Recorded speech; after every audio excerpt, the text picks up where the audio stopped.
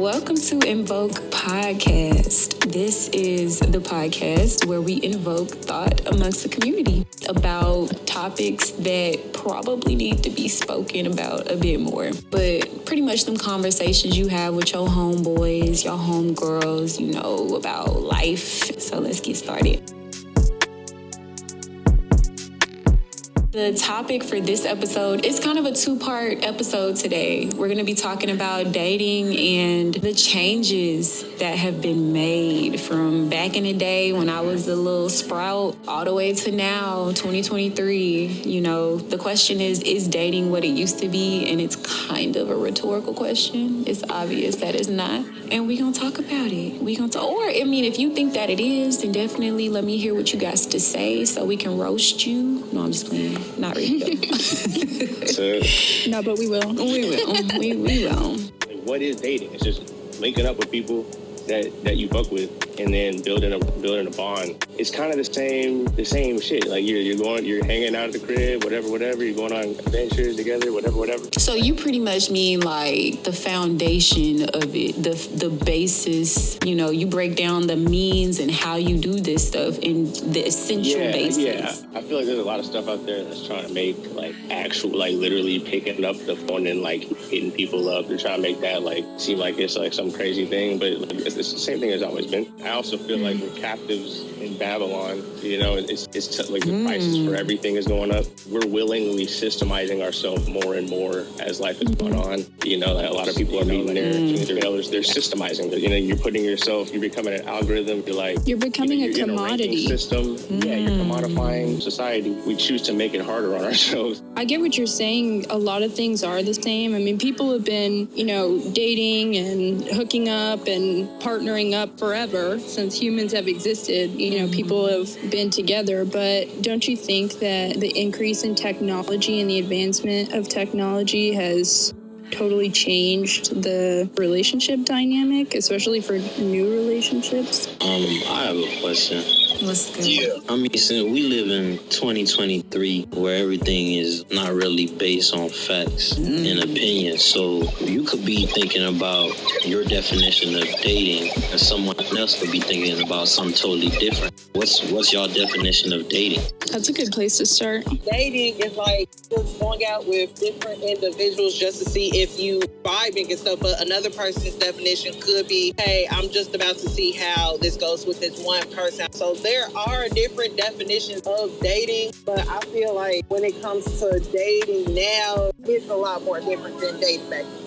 I think it's a lot more difficult. I feel like the fact that you have to define it as this or that and all of this and that. And that's kind of why I don't really like the whole label thing until I know for a fact I want to settle down with somebody, because that's when it gets muddy and it gets difficult. I feel like the label situation makes everything more difficult. I feel like it's okay to have it understood that y'all mutually exclusive, y'all gonna work it out. But when you focus on these labels, I don't know, it just brings a different type of energy to what's going on with y'all connected. You know what I'm saying? I agree. I definitely agree, because then unexpected expectations just randomly pop out. Yeah. Once you hear boyfriend or girlfriend, you're just gonna think okay, well, they need to be doing this.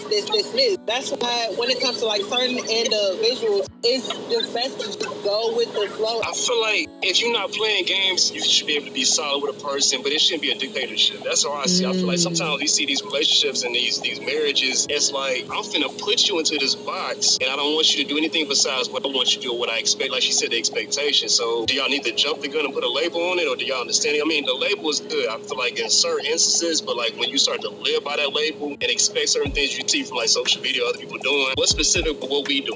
You feel me? I feel like labels are important, though. Maybe I have a different outlook on this because of my situation, and Adrian knows about my situationships, I guess, where people avoid putting a label on something so that they can avoid responsibility. It's not avoiding responsibility. I feel like what we're really trying to get at is don't look at the label as just everything, end all be all. It's no, it's not everything. Okay. No, but I feel like you shouldn't limit yourself or allow someone to control you just because of a label that you already put on it. But at the same time, I feel like when you put a label on a relationship, it's holding people accountable. It's saying if they're not technically your partner or dating you, then they can do whatever they want. I feel like the dating scene is a game. You know, you're trying to build stuff. You're building, you're not destroying. So, I mean, like, you're kind of, they talk about compromise. So, I mean, let me change my answer. I would agree that, like, commitment is harder now. But, you know, I would also agree that, like, it's got a lot to do with things outside of it. Like, just the economics. The overall like, culture. The fact that things are costing more. Like, my man keep bringing it back to the damn inflation. That's a fact. That's a fact, man. If you look at the dictionary definition of dating, I put it up right here. It's a social or romantic appointment or engagement. So, like, if you got an appointment or an engagement, like, Not an appointment. that means you like work to have some extra time, or you like a dentist. Y'all know about a dick appointment? All right, maybe y'all know about appointments. A dick appointment. Come on, don't act like you ain't never heard of no dick appointment. A dick appointment? What is this? This is some new shit. I didn't even know what a sneaky link was until like about a year ago. What the hell is that? That's your main source of pleasure, but not everything else that you would want from dating somebody. Have y'all ever been a sneaky link? I never. Of course. 80% of the niggas are sneaky links. In one instance, but then it became the person started like going into the relationship vibe. Women don't know how to just fucking go. Wait. You know what I'm saying? They fall in love. But I mean, I disagree. Even in like a sneaky link or booty call relationship, It depends on the woman. women are risking more. A sneaky link, you know what it is. If a woman catches feelings, then that's her fault that she caught those feelings. Period. I'm sorry. I mean, No. it could be both sides though. It be dudes that probably catch feelings too. It depends on the person. That's true. You gotta be real with yourself if you're gonna do stuff like Right. that. Because if you like this person more than just a sneaky link, you ain't been 100% with yourself or that person. You at fault. That's true. You know And you what I'm setting saying? yourself up for a heartbreak. To fail. You absolutely are. So are there like protocols and rules for sneaky links? Hell yeah. Don't catch think me. What are some rules? you gotta make rules. You might as well be in a relationship. No. The number one rule, and I really feel like the only rule, is don't catch feelings. And then I guess rule number 2 would be protect yourself and stay safe. You know what I'm saying? Don't put me or my life or yourself at jeopardy. And So y'all you can't cuddle with a sneaky link, right? She gotta go right after. Yeah, that that's not a sneaky depends. link. I think it depends on each situation what they feel comfortable with. Right. It's all about boundaries. You have to be able to communicate with someone because I don't think it's safe or just like generally good to hook up with someone that you can't communicate with because you could put yourself in a bad situation. I feel like as soon as you start connecting with somebody too often, somebody gonna catch feelings. I'm just gonna be straight up with it. I mean, it depends though in what way. Like if y'all are intimately connected, then yes. But Like, Soul ties. you gonna hit somebody like 30 times and not ever be like, damn, I love you. You don't celebrate the sneaky link's birthday? I'm trying to figure it out. I don't know about it. You don't tell them happy Text Christmas, message. like, or Merry Christmas or nothing. I don't know if you even buy them birthday presents or buy them like McDonald's even. That's Like cold. That's like, if it's understood, what's understood don't need to be discussed. You know what I'm saying? I mean, perfect song reference to that is like, "Sir, that's why I love you." Like they basically tell you what a sneaky link is in that whole song. So Put it's like, them lyrics up, bro. Right. you know what I'm saying? Like, look it up. That's how Man, I I'm find out. a big song person. But Actually, let me see if I can talked pull it up about real quick. labels too. Like we were all just saying how we don't like labels and we don't like to limit ourselves. What's the name of the So song? why would you limit yourself in a hookup relationship either? Like why would you say because no? basically they you don't know can't what do they that? want. They just don't know what they want. And that's why Why not dating let it fucked up, advance? because people don't know what they want. I mean, I don't think labels are 100% bogus. I just feel like you just need to know where you really stand at and make sure both of y'all on the same page. Right. Yeah. Exactly. Like people just want something that works for them. So, People you know, want to like maximize pleasure and minimize pain, and so they assume that the answer to that is a sneaky link. So that's basically relationship avoidance because you're not complete within yourself, so you don't want to get your feelings hurt. So I'm gonna go ahead and just have some fun and kick up,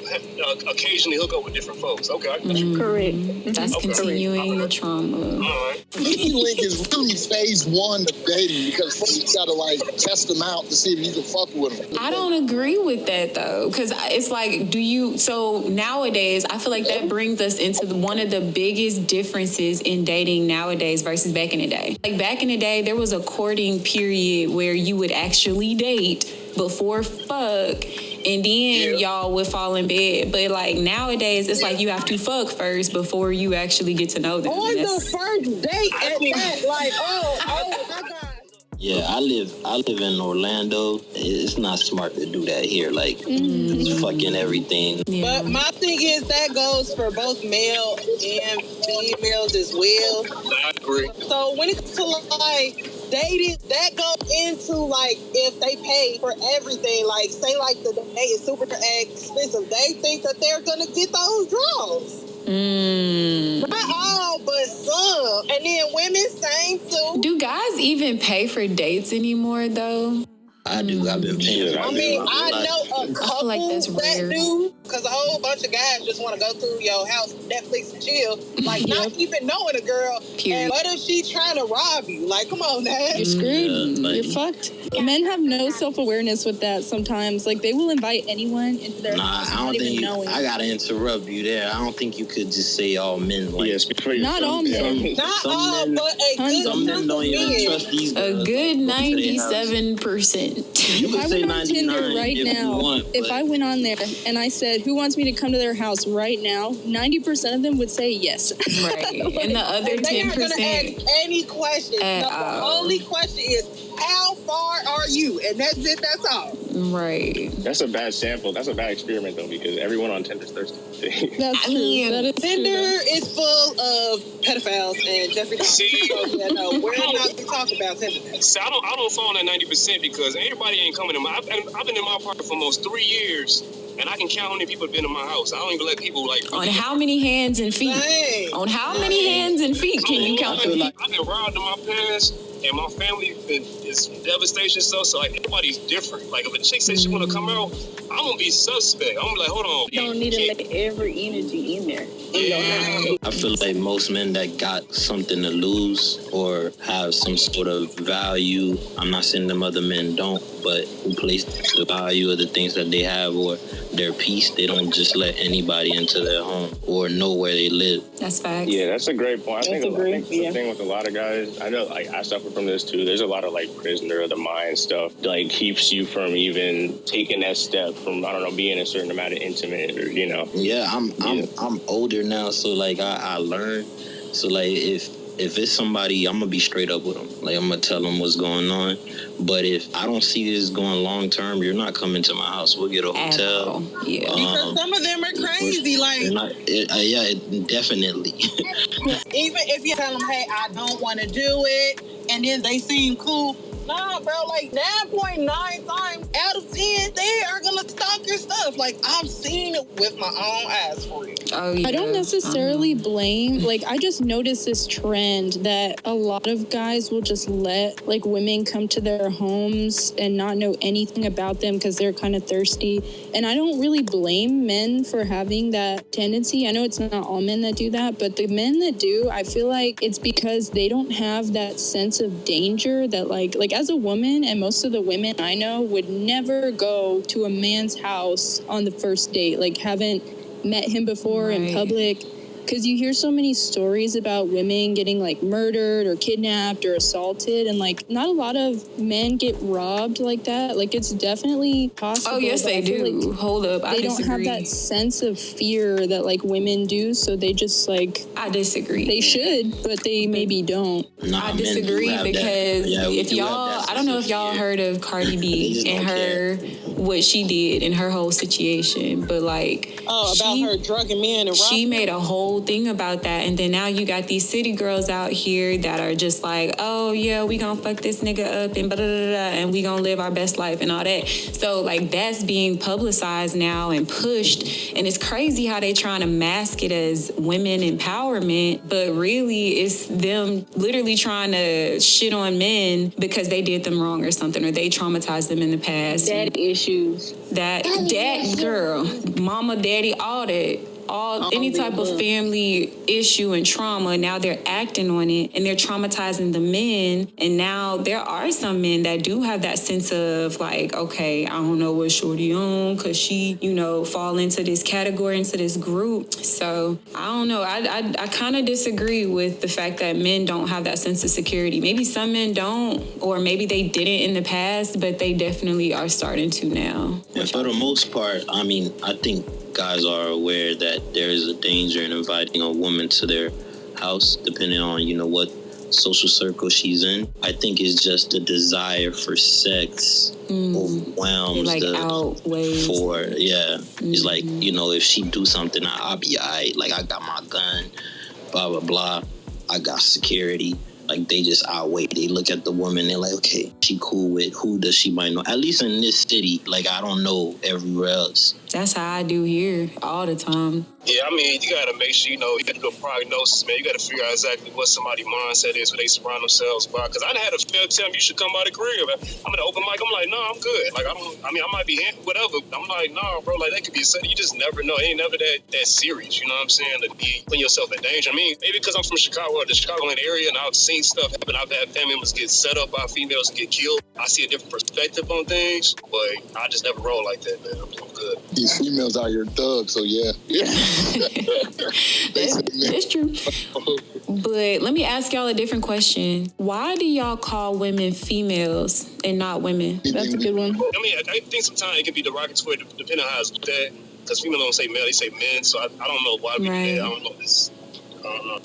In my mind, when I think about it, like, I personally don't feel super comfortable with men saying that, because when it's like you're talking about like a dog or something, right? Like, there's a female dog, but you never call a female dog a woman, right? Like, anything can be a female. Like, a bird could be a female, a cat could be a female, but only a human female can be a woman. So I feel like it's kind of dehumanizing to call a woman just a female. Like, I'm not just a female, I'm a human woman with that full experience. So why is it like that serious? It is that serious because words create your environment and your reality around you. So if you're constantly using words that have this connotation of, like, I don't want to say negativity because the world isn't black and white, but it has this sort of connotation that puts women into this category or into this box, it'll continue to further perpetuate that treatment toward women.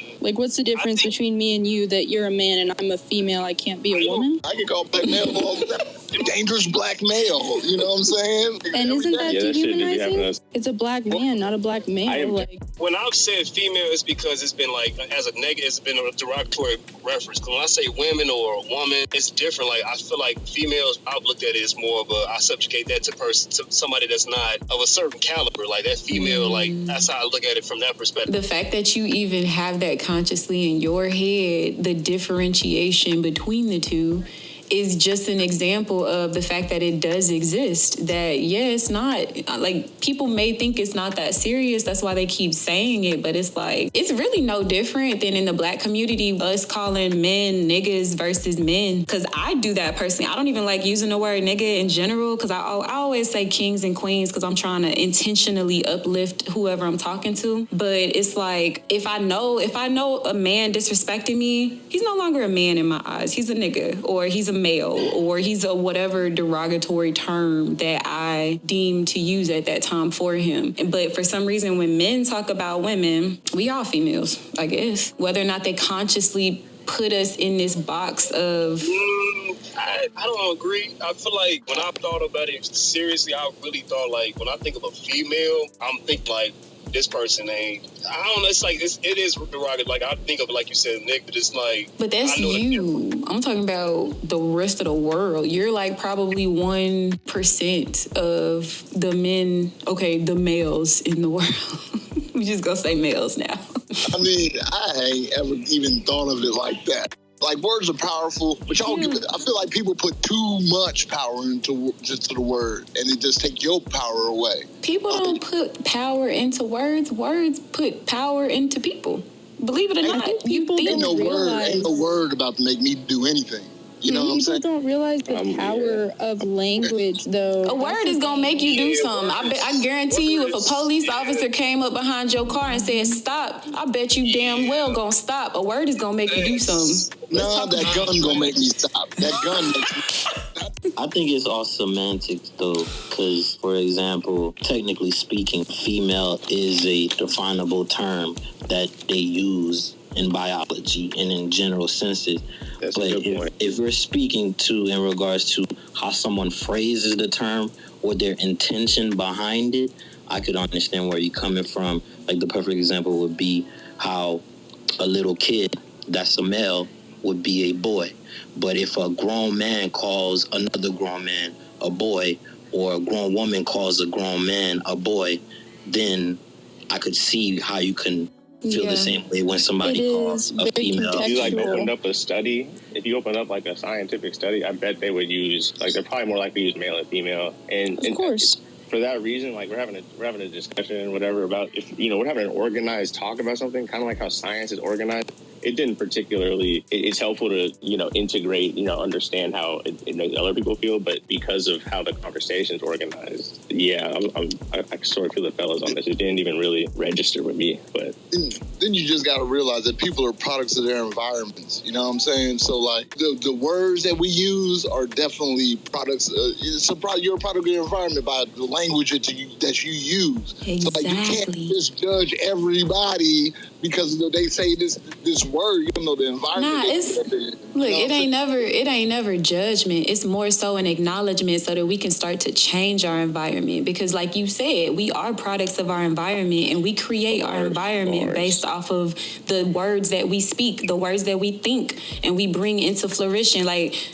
Fruition. I always say flourishing, but you know what I'm saying? Like the people that came controlled by our environment. Exactly. But I mean, I would say I acknowledge what you said, Adrian, and I understand where you're coming from. But also I agree with the other guys as well in regards to some of them don't think about it that way. But we're not gonna discredit you and act like not affirm what you're feeling in regards to the word is not a reality. I feel like it's just a sore spot for women, maybe, because coming from a male perspective, it would just seem like, oh, it's a word. Like, we're just saying, like, a biological term. Like, it has a definition. It's in the dictionary. It's just a word. Because they're used to it. But for women, like, words have been used to control and oppress us for generations. Like, I feel like women have been reduced to their biology a lot, like, especially in recent years when discussions about, like, birth control and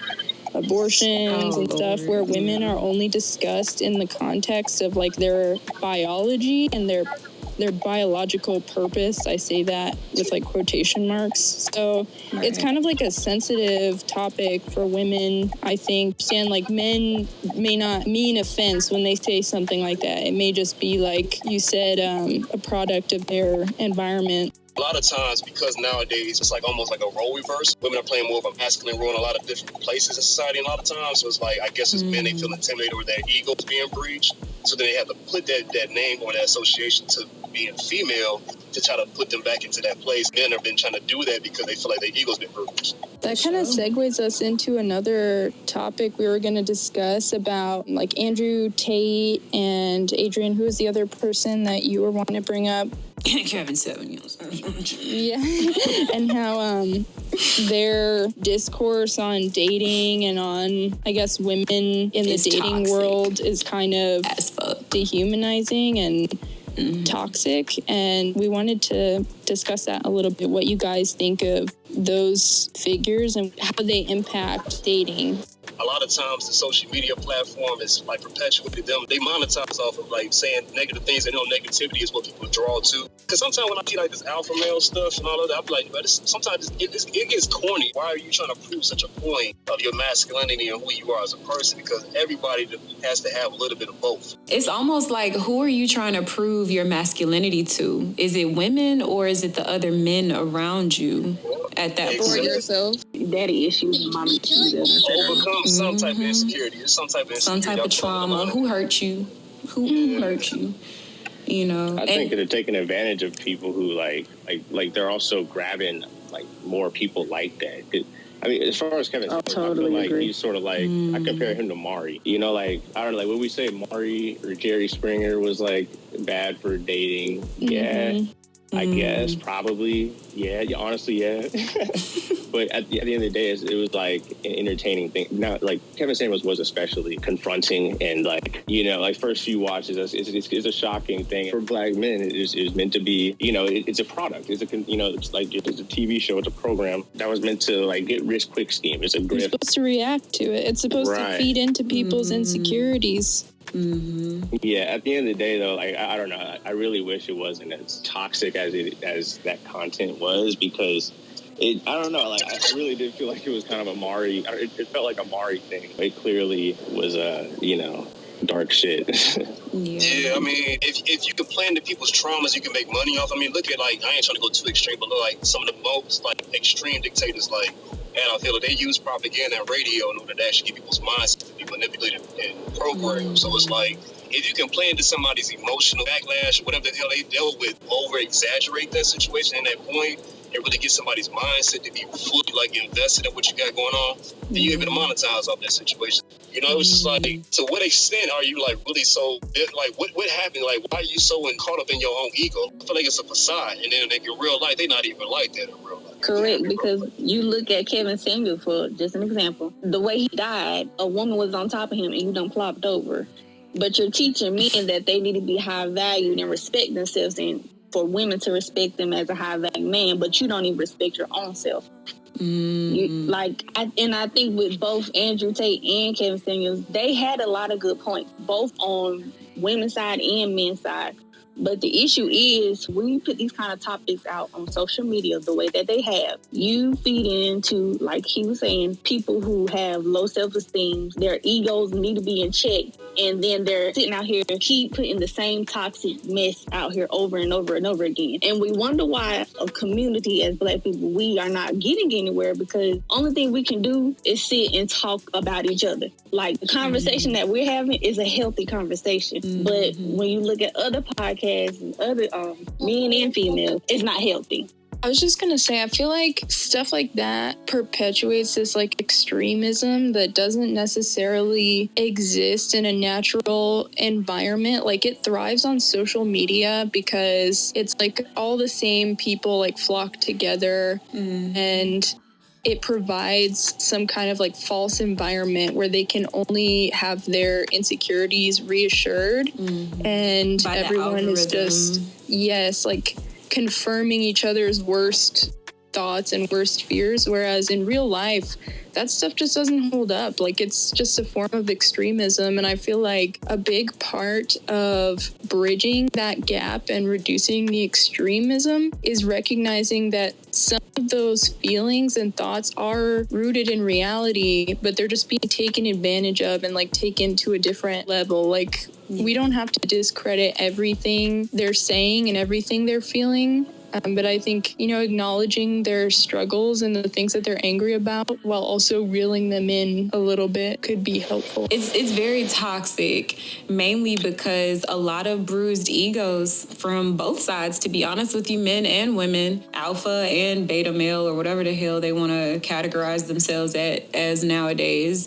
But we've started to develop into this sensitive society where we do censor out any sort of opposing viewpoints on social media, in our own circle. And I think that that's when you get a very unhealthy mentality. I don't really know how else to describe it, but you're turning into this cult-like person that doesn't have the capacity to even see another perspective as valid. And that's dangerous. That's very dangerous. I was about to say that's mad dangerous. See, that's mad dangerous. They're so impressionable, so influential that they're gonna follow this situation to the grave because they don't have anything else to go based off of, and then their foundation is kind of feeble. And when you present them with any kind of opposition, their whole world is shattered. Their whole ego, like, nobody has the strength in 2023, in my opinion, or very few people do, to have a debate nowadays, a healthy debate where they're not saying, fuck your mama and this and that and the third, like, where it gets toxic and very low level. You know what I mean? Preach. That segues us into pretty much the ending of what we were gonna talk about today, and that's pretty much like, how can we stop this toxic cycle of what dating has turned into? This whole simp versus gentleman versus cater to women versus don't cater to women, because, you know, they'll take advantage of you, because nowadays we got the city girls, we got fuck boys and all this other stuff that's just kind of going on. It's like, how do we shift the narrative and start to make a change? Take it off of social media.